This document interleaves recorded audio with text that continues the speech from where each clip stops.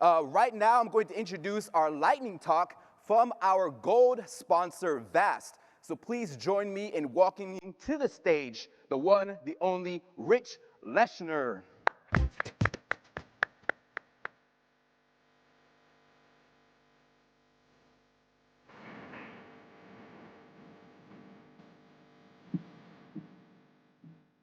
Mic check, 1, 2. All right, that's working, excellent.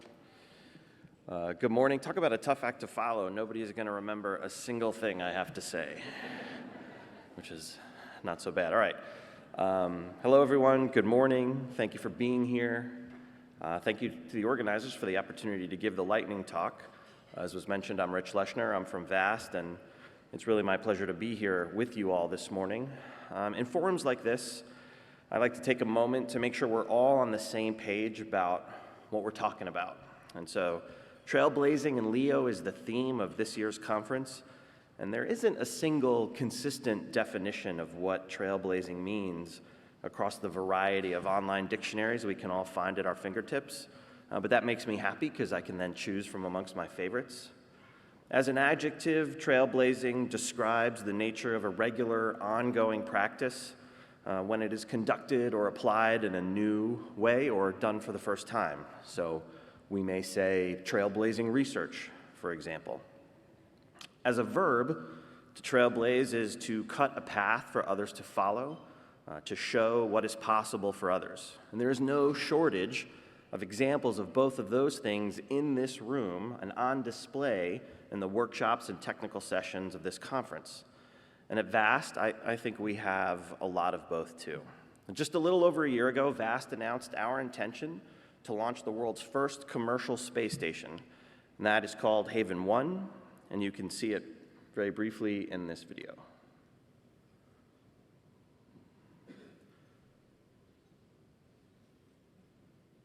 Now, I showed it very briefly because I want to focus less on an animation and more on practical things that we're working on, which you'll see in a moment. Now, we will launch Haven 1 next year, and as I said, and as was said at the time of the announcement, and it still holds true today, a commercial rocket launching commercial astronauts to a commercial space station is the future of low Earth orbit. And I think it's fair to say that from announcing Haven 1 a year ago to launching Haven 1 a year from now, that is certainly the blazing part of trailblazing. But our work won't be done then. We plan to bid for phase 2 of NASA's Commercial LEO Destinations, or CLD program, and we think we'll be a very compelling offer. Now, to be a trailblazer on one's own, one must first recognize that one is almost certainly following in the footsteps of some previous trailblazer, and even when going in what seems like a brand new direction.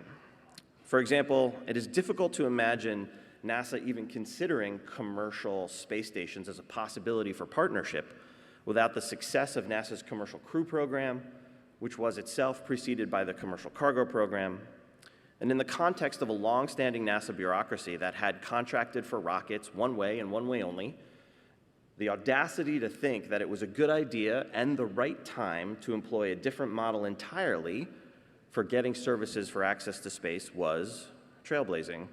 And it is equally hard to imagine a world where customers would pay for a ride to space without the successes of Virgin Galactic, Blue Origin's New Shepard, SpaceX, the Polaris mission, and certainly NASA's private astronaut missions.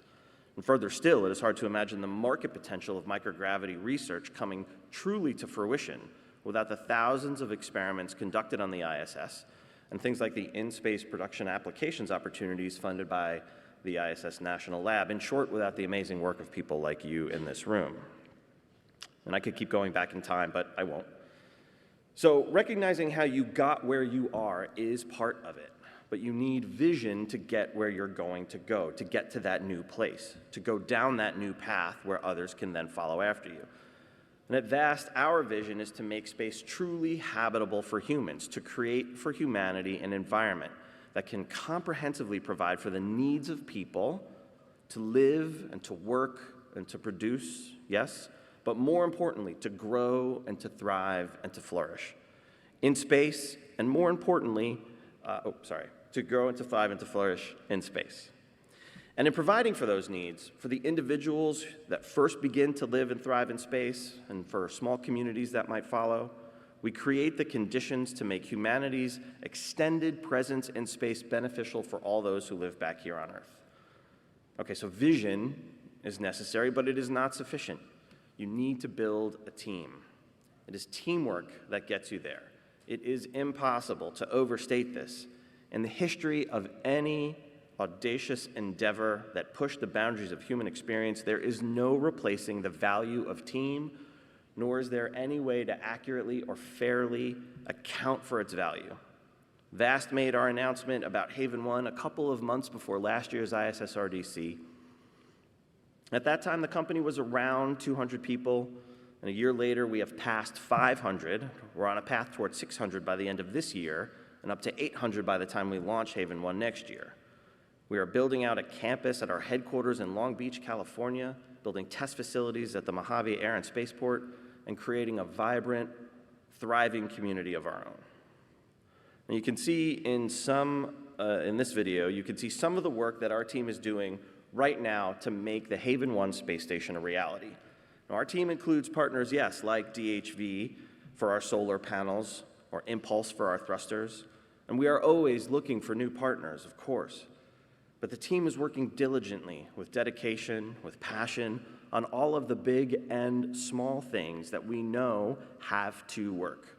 Valves, harnesses, CMGs, flight computers, our hatch, it's all coming to life as I speak, when just a year ago it was a plan on paper.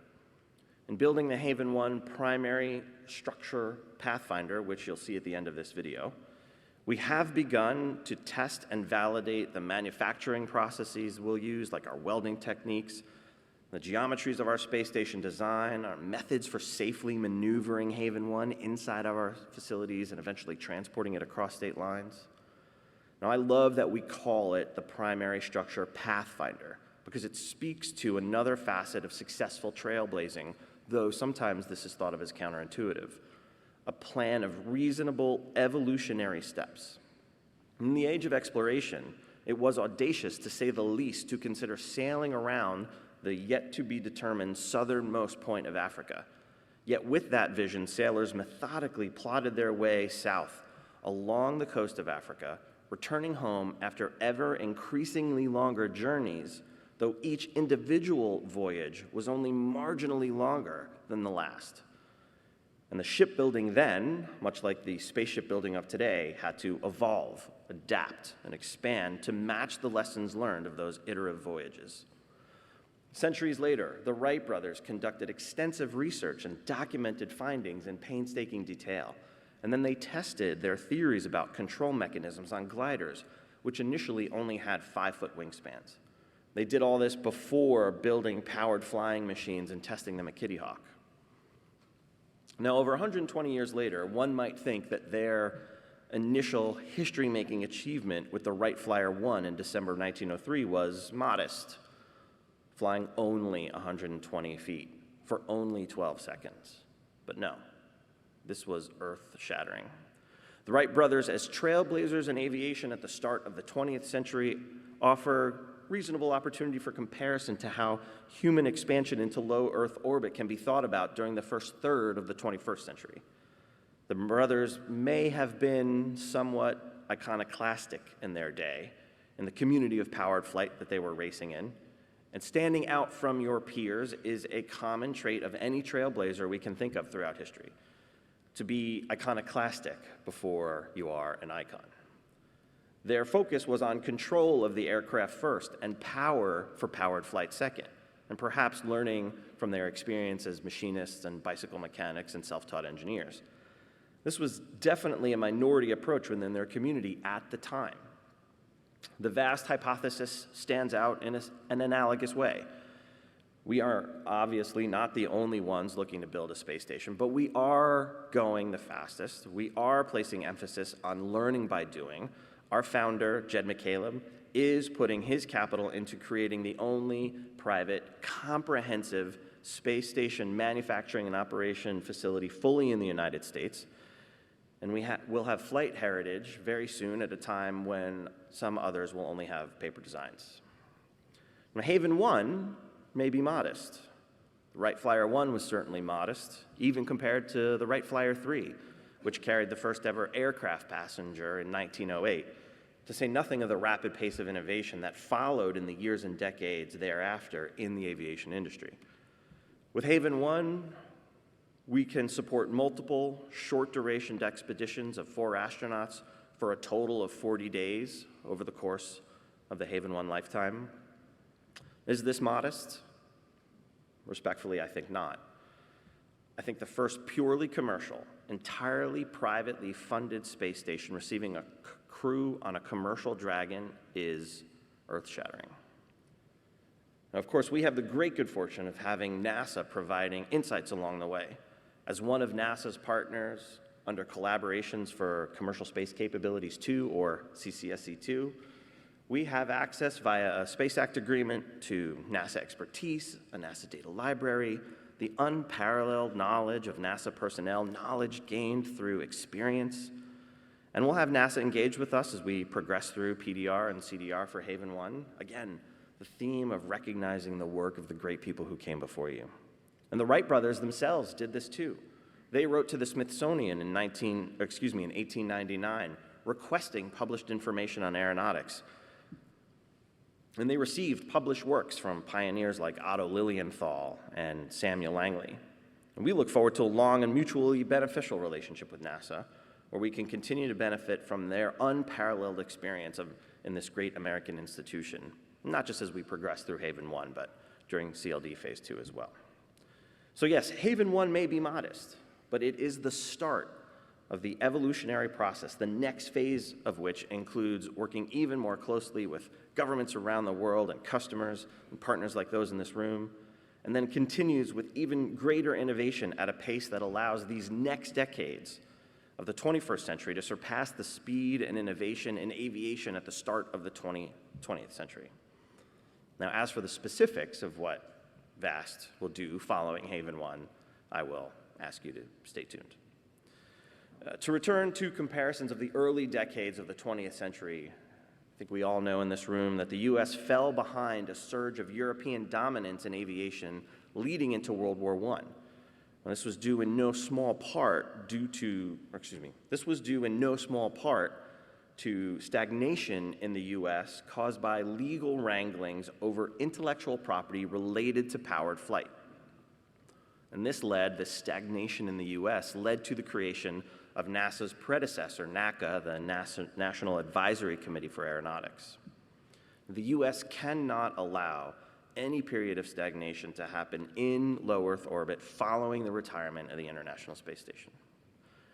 Not just NASA, but really the entire broad spectrum of the US government has to be invested in the success of NASA's CLD partners and in nurturing the ecosystem represented here at this conference that will be the engine of economic growth in LEO, bringing value back to our shores at home. For any trailblazing effort to be successful, it must have that ecosystem. It must have an ecosystem of other trailblazers with their own teams moving forward in its wake, each feeding off of, encouraging, enabling, and benefiting from each other. That is this room. This is a room full of trailblazers. In a different context, I used to speak about the space renaissance and how the convergence of Moore's law and cloud computing and miniaturization made it possible for new operational methods and new business models to work in space. The convergence of non-space innovation with space is only growing. The workshops and technical sessions, and indeed the presentation just before me, other information sharing that's happening throughout the past couple of days and will continue today and tomorrow have highlighted the impact of super cool stuff like AI and machine learning and automation and digital twinning, and maybe less cool but equally important innovation in things like shipping and logistics technology. All of these things have a critical impact on transitioning work in microgravity over that ever-derided valley of death and into actual successful, thriving markets. We at VAST, you in this room, are working on building those interrelated networks, bringing spheres of innovation together, furthering the Medici effect that gives rise to a continuing renaissance like the one we are all thriving through and living through now. There is no end to the inventiveness and equally earth-shattering impact of the work done by so many of you in this room. Now, at VAST, we hope to be a partner with you as we are all coming to recognize the urgency of this moment. Throughout the past couple of days, I've heard it mentioned on multiple occasions that we are at an inflection point. And I agree, I think it is true. And I've mentioned it twice already, the first commercial crew, the first commercial space station, yes, but it must be complemented by research, by partners like you, by the trailblazing discoveries that you in this room will and can make. And so integrated into Haven 1 is our payload rack with 10 mid-deck lockers for a total of 300 kilograms of payload mass on board.